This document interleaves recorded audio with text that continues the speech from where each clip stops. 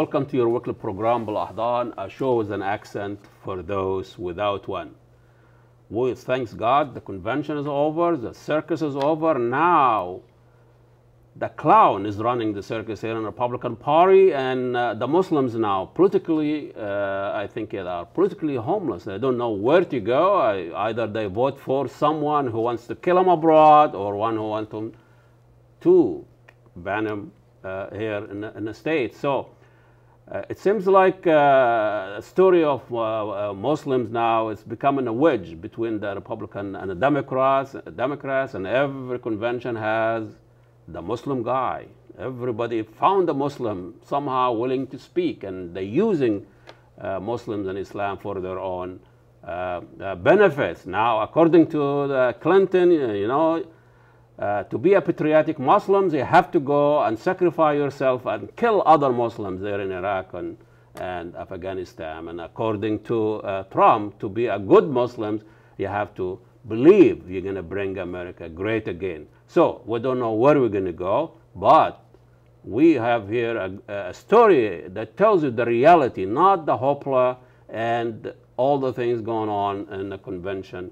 There we have a real story here that people are living a reality that really tells you the Islamophobia in this country is not something aberration or something happening at the airport or something happen. It happens in our system. It's like when we talk about police brutality and racism in the system, we talk about even Islamophobia in our justice system. We have here Aida Al-kadi. She's studying cinema production in Minneapolis Community College, and she has really been going through a very amazing story about discrimination and brutality of dealing with our justice system. Welcome to Balahdan, Aida. It's really when I read your story, it's an amazing. I couldn't believe this is actually taking place in a place where you should be feeling secure and safe. You're talking about in the court.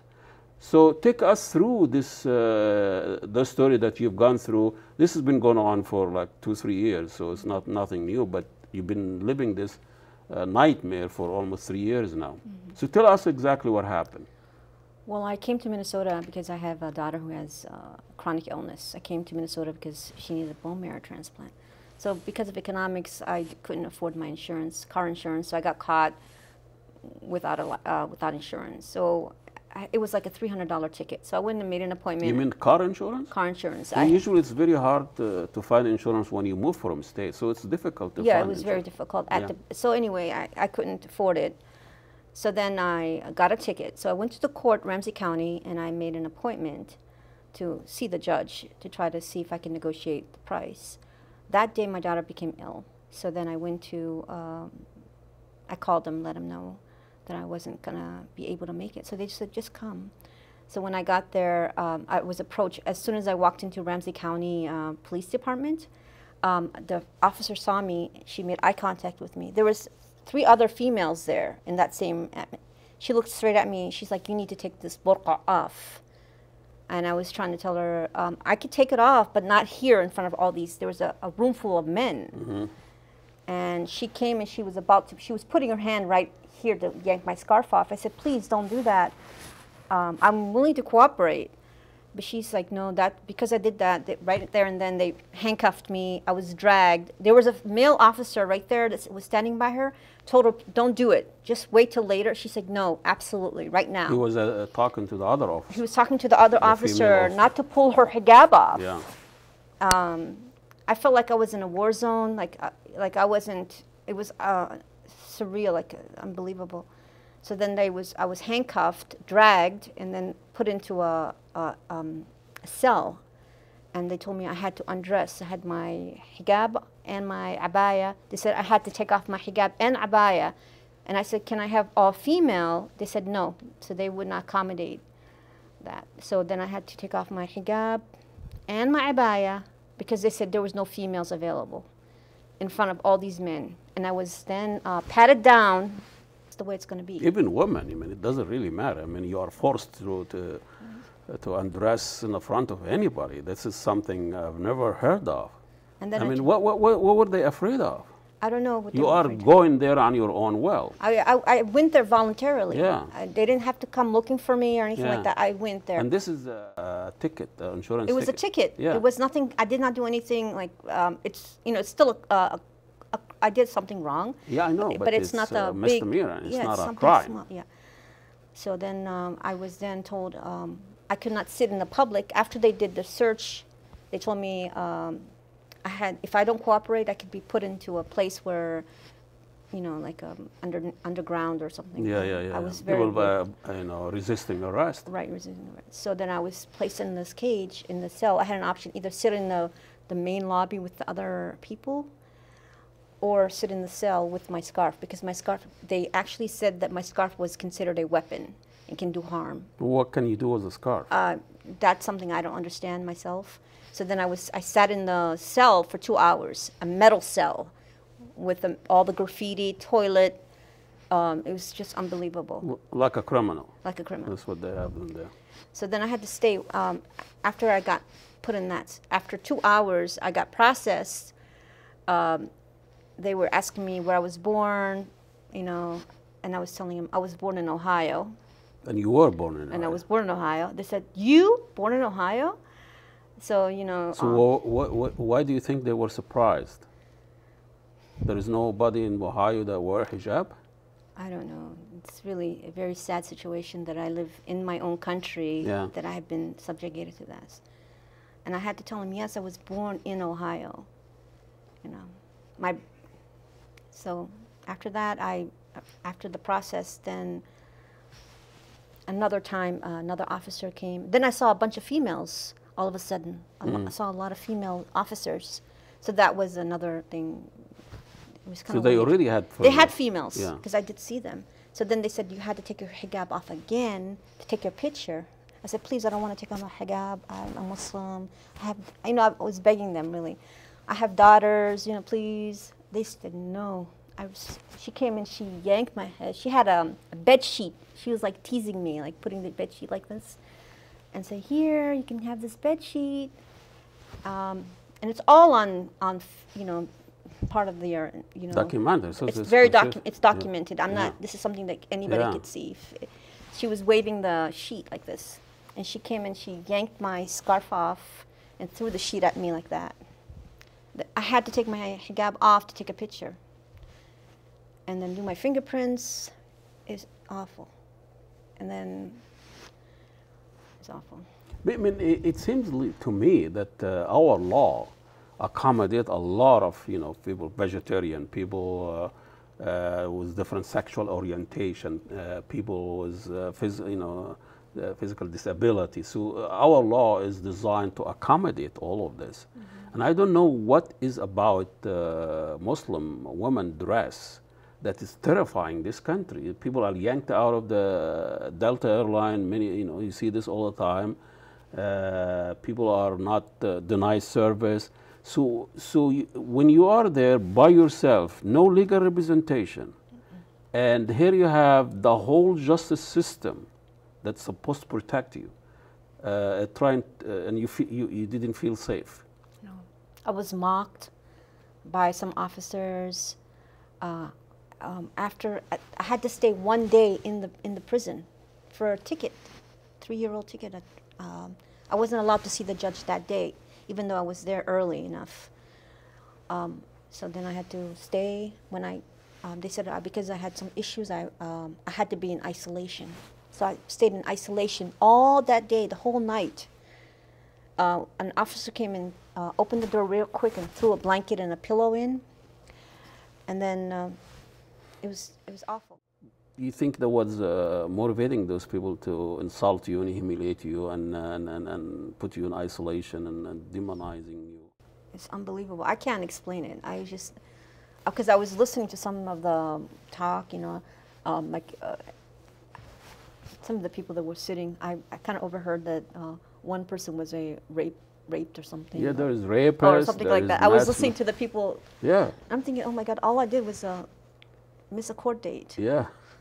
and didn't make my court appointment. It was too much. It was extreme. It was an extreme punishment for something that didn't deserve. Using the legal procedures as a tool of punishment.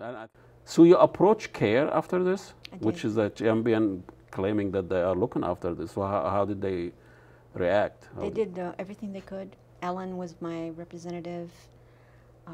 We did everything we could. You know, it's been a long battle. Yeah. So I appreciate their help, their assistance. So what did materialize? What did he end up?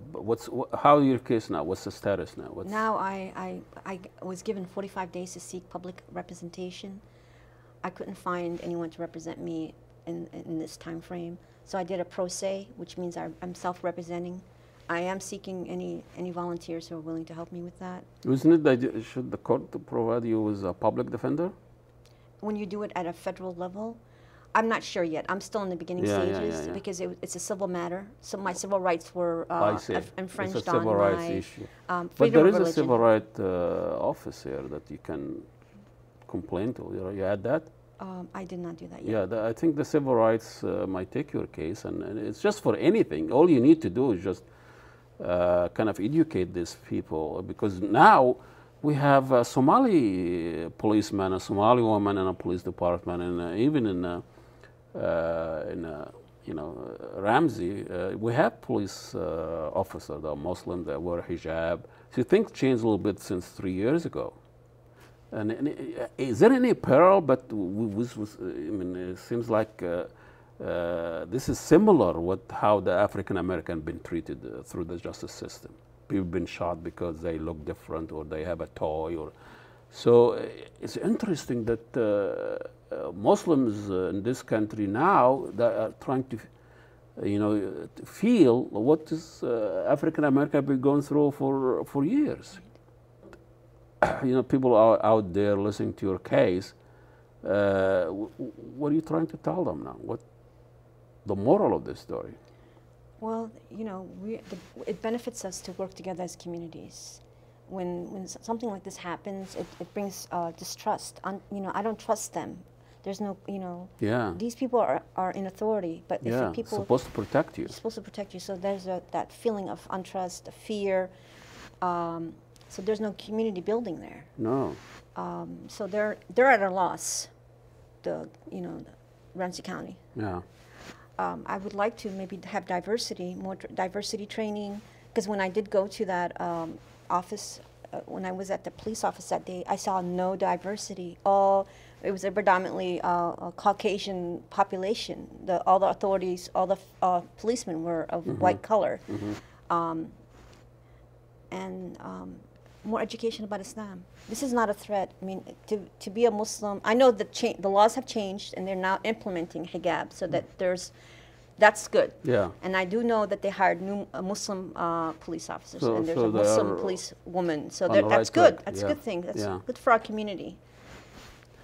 You mean, I just can't help when and I hear Donald Trump responding to Mr. Khan and the Democrat Muslim guy, when he talk about Trump is didn't sacrifice anything, didn't read the Constitution or any of that, and Trump was saying his wife was not allowed to speak because she's a Muslim and she has a hijab.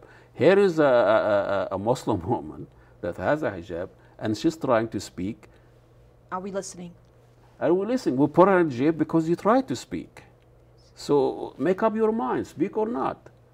So Aida, really this is an amazing, horrible, tragic story for anybody to go through. We cannot let this story go without somebody be responsible for this behavior and restore your trust in our justice system.